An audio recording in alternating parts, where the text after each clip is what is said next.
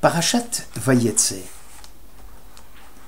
Le patriarche Jacob vient de se réveiller de son songe exceptionnel, où il avait, bien sûr, adressé une prière à Dieu. Et dans cette prière, ce qui nous intéresse, c'est la façon d'aborder la vie. Que demande-t-il dans sa prière? Il voulait bien sûr un viatique pour continuer son chemin. Il savait que la vie, c'est un long combat. Il savait qu'il allait s'exposer à une lutte sans merci avec son futur beau-père. Et ce qu'il demande pour aborder ce long chemin qui l'attend, c'est lechem le'echol ubeged dilbosh, c'est-à-dire du pain pour manger et un vêtement pour se vêtir. Autrement dit, voilà le minimum vital qu'il demande à Dieu. Im Iye Elokim Imadi, il adresse cette prière. Si Dieu est avec moi, ou Shmarani Baderech Hazeh, que Dieu me préserve et me garde dans ce chemin, Asher Anochi Holech, là où je vais m'y rendre, Venatan li lechem le'echol, qu'il me donne un pain pour manger, ou beged libosh, et un vêtement pour se vêtir, Veshavti beshalom levet avi, je reviendrai chez moi en paix, Vehaya Hashem li l'Elokim et l'Éternel, et Dieu sera pour moi éternel. Bereshit, donc 28. Notre réflexion va porter sur ces 4 mots, Beged lilbosh et lechem le'echol, un pain pour manger et un habit à mettre. Pour lui, pour le patriarche, c'est le sommet à quoi il aspire. Lorsqu'il adresse sa prière à l'Éternel Tout-Puissant, lorsqu'il cherche à frayer le chemin futur pour sa vie, il demande un minimum de subsides nécessaires, basiques. Il ne demande ni argent, ni palace, ni des costumes, ni une nourriture raffinée, uniquement lechem le'echol ubeged lilbosh. On peut poser la question, n'a-t-il pas d'autres ambitions dans la vie que aspirer à ce minimum? Prenons ce principe. Lorsque la Torah détaille un élément de la vie du patriarche, ce n'est pas pour rien, parce qu'elle veut nous montrer un trait de caractère du patriarche, qui serait pour nous un signe pour les années à venir. Donc lorsque la Torah, ici, nous montre que le patriarche demande le minimum, elle veut nous apprendre quelque chose. Alors quel est le message? Au départ, le patriarche est autonome, c'est la première fois qu'il quitte sa maison paternelle. Il s'approche à y aller à la ville de Haran, où se trouve donc Lavan. Et ici, la Torah trace sa façon d'aborder la vie difficile, la vie en dehors de chez soi, une vie qui ne connaît pas de répit. Et pendant ce temps, la Torah nous montre quelle était la soif de l'avenir, qu'est-ce que le patriarche cherchait. La Torah lève le voile sur la réussite dans la vie, ce que nous appelons, nous, la réussite dans la vie. La réussite, pour Yaakov, c'est surtout la charge spirituelle qui l'attend.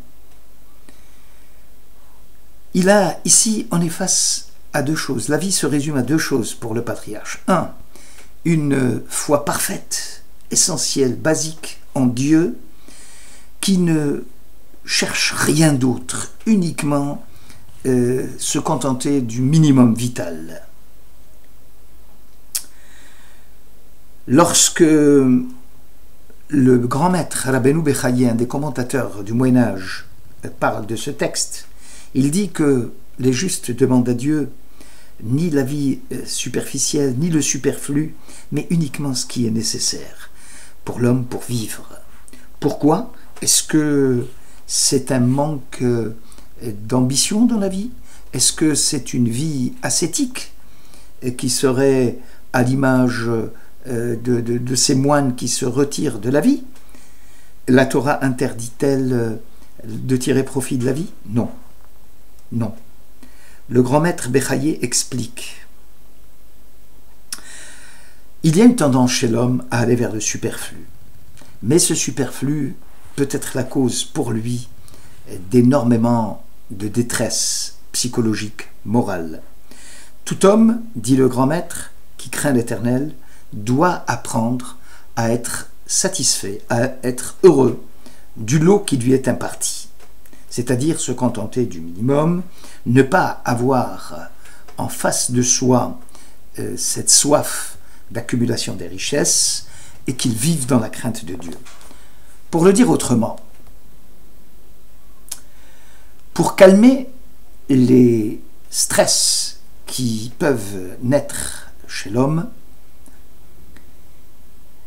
et cela provient, dit-il, de cette recherche infinie derrière le superflu qui va rendre la vie difficile pour cet assoiffé.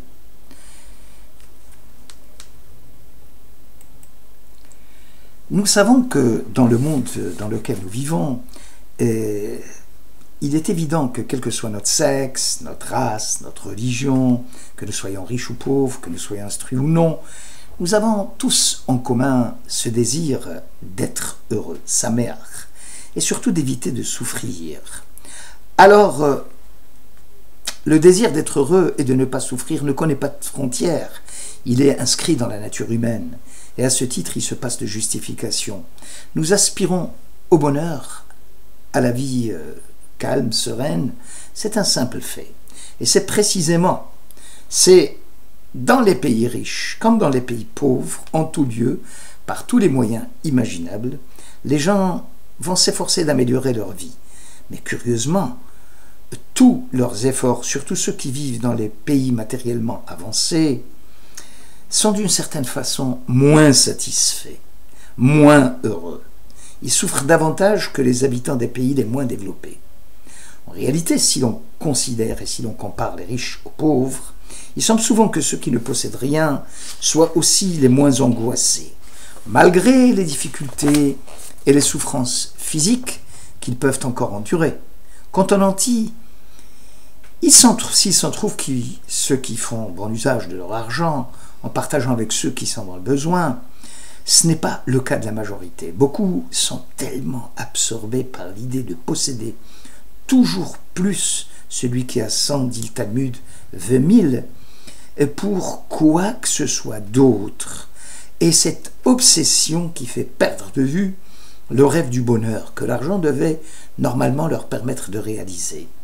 On est tiraillé, souvent, par la crainte de ce qui pourrait arriver, l'espoir de gagner davantage. Et cela donne naissance à des souffrances mentales, émotionnelles.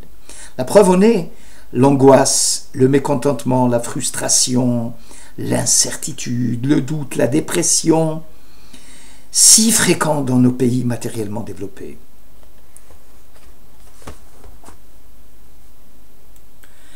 Alors, est-ce que le patriarche n'aspire-t-il pas à une vie plus prospère? Est-ce que l'homme ne manquera-t-il pas de créativité, de productivité, s'il se contente de motivation, s'il se contente uniquement de petites choses basiques? Et d'ailleurs, tous les progrès de la civilisation, s'il n'y avait pas cette soif, cette aspiration à aller toujours de l'avant, est-ce qu'on aurait eu tous ces progrès gigantesques en matière de technologie et de civilisation? Alors c'est qu'on n'a pas compris tout à fait ce que dit le patriarche. Le patriarche ne dit pas qu'au contraire, l'ambition, il va falloir la brimer, il va falloir la canaliser. Pas du tout. Et ce qu'il veut dire, c'est qu'il cherche à orienter ses aspirations vers d'autres horizons, des horizons beaucoup plus nobles, dirions-nous.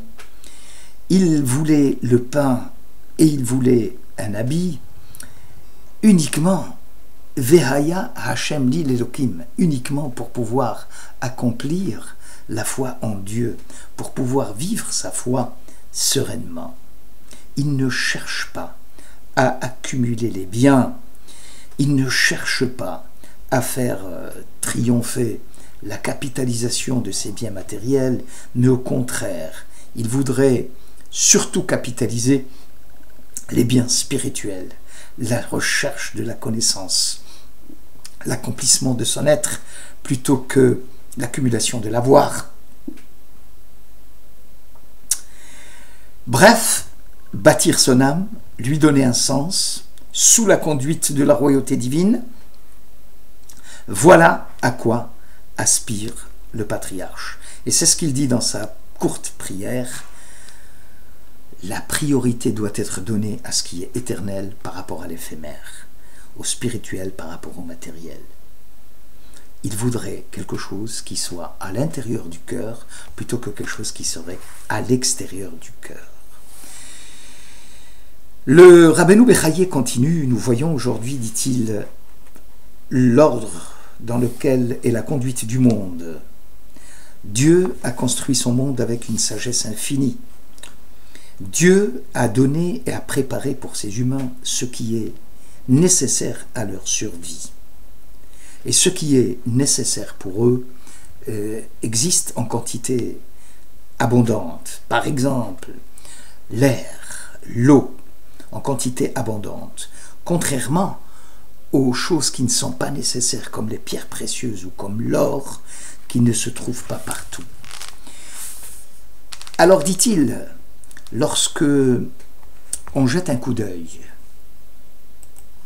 sur ce qu'il nomme ce qui est nécessaire, il va sans dire qu'un homme peut vivre plusieurs jours sans manger, à condition qu'il ait le pain, à condition qu'il ait de l'eau et qu'il ait de l'air pur.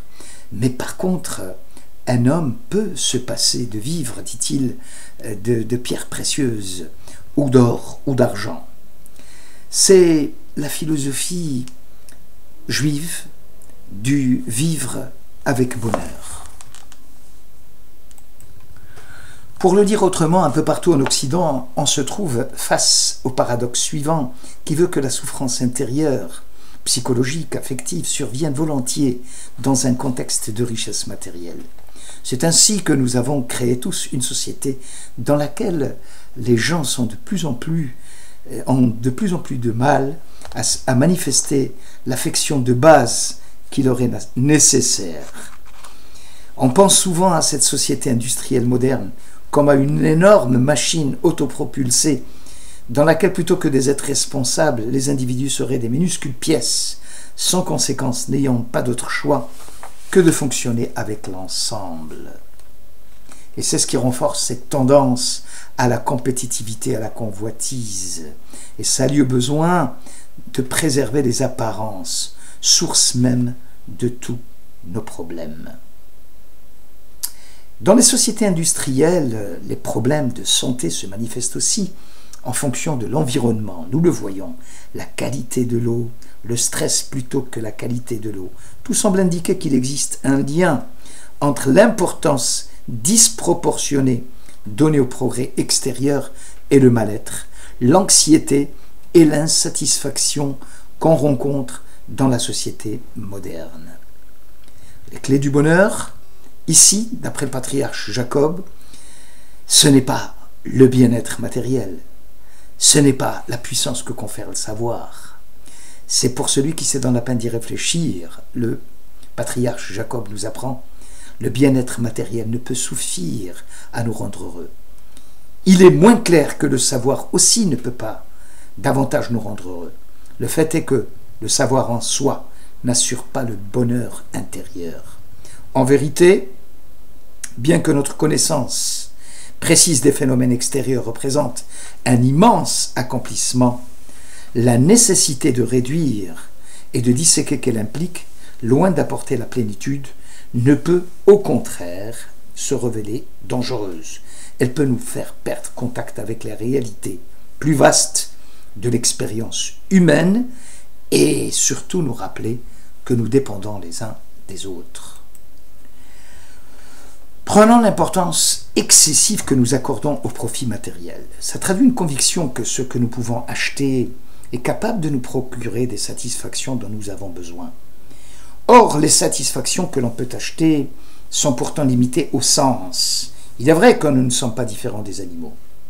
Mais étant donné la complexité de notre espèce, le fait que nous ayons des pensées, des émotions, aussi bien que des facultés imaginatives et critiques, nos besoins dépassent le niveau purement sensuel.